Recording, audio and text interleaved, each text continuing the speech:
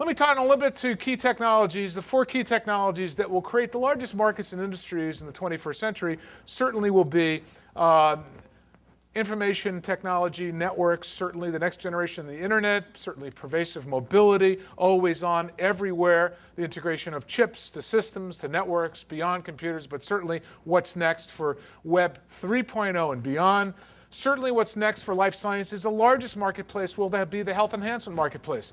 How many people in here would like to be enhanced and live an extra 25 years with the vitality of a 25-year-old? Show of hands. Yeah, I didn't say the brains of a 25-year-old. I mean, like to live long and have wisdom and all that. Yeah. Again, downstairs, Wake Forest has a very interesting, what they're growing is your next heart. It's growing downstairs. If you'd like to go down, you can check it out, and you'll see down there heart growing, and they're marketing organs. Next, I forecast that within 36 months, for Christmas, you'll get a little coupon that will be for that heart valve you're going to need. All right, and how are we going to know that? Because we will, on the other side of mapping the human genome, which is now, we'll take a little bit of blood from you. We'll be able to determine your personal genomic analysis. We'll know when you're going to need that heart valve, because we'll create a health hazardous risk appraisal of your future self. You'll pay about $1,500 for that in about 2 years, and you'll get a coupon for that heart valve. That's what you're going to get for Christmas. Sorry about the large screen TV and all that. They're giving them away by then, okay? And of course, the 2 other interesting technologies are nanotechnology and cognitive or neuroscience. Nanotechnology is going to make the internet, what's next for the internet seem really kind of trivial and small. Why? It's the fundamental, recreation of, it's the manipulation of matter at the atomic level. You're talking about a variety of new kinds of materials, engines, products, like that blouse of yours that will self-clean itself, not just tell you when to take it to the cleaners. That's the Web 2.0. Web 3.0 with nano embedded, where every product, every material, every device from this chair to that blouse, those glasses has an IP address. And it's all communicating. What are the possibilities for that kind of a world? Think about, again, the global transparency that's needed to be able to manage the finance of companies that are in a space where everything's got an IP address, the kind of information exchange. So let's look at what that looks like. You're talking about a huge investment of dollars.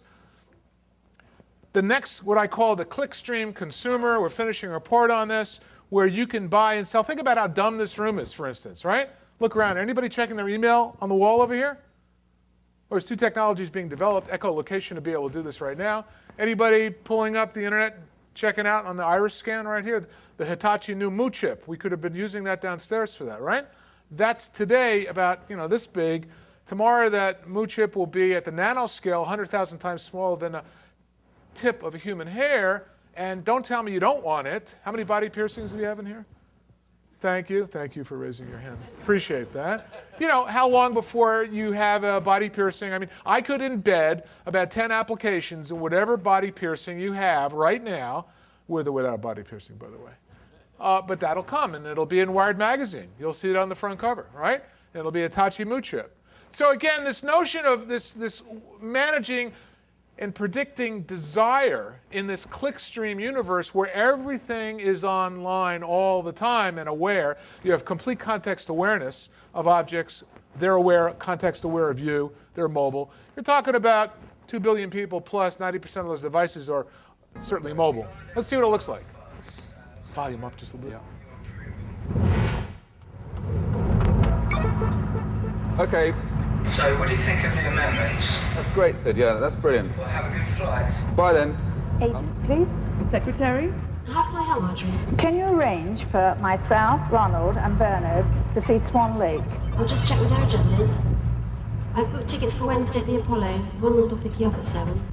Now, in that scenario, think about the kind of integration and collaboration and NextFinance collaboration you need from all those different vendors. All right? You need the people that sold the tickets, that have the events, that manage the logistics, different people's calendars, the telecom folks. You need a banking platform, smart media, digital cash. You need a lot of integration. Where are we with that today? Not very far, about half of that. Is that going to happen? Yeah, eventually that's going to happen. And you're going to need to manage that kind of integration, transparency, and collaboration in fundamentally new ways. So the demand for real-time information across these global cross-border platforms, real-time transactions, real-time visibility, real-time decision-making, real-time agility to play in this game is just starting now. That's what's exciting about all this. And it will mean mobile transaction portals where you'll do everything. And you will have, I mean, that's our forecast from the National Science Foundation in terms of by 2010, which is just a couple, 3 years away, in terms of generating $1 trillion. Here's an example of, an engine, a nano engine made of carbon nanoballs, that it's carbon nanotubes and balls that is, again, 100,000 times smaller than the human hair. There are companies making this. Hitachi's got a major effort in nanotechnology, major.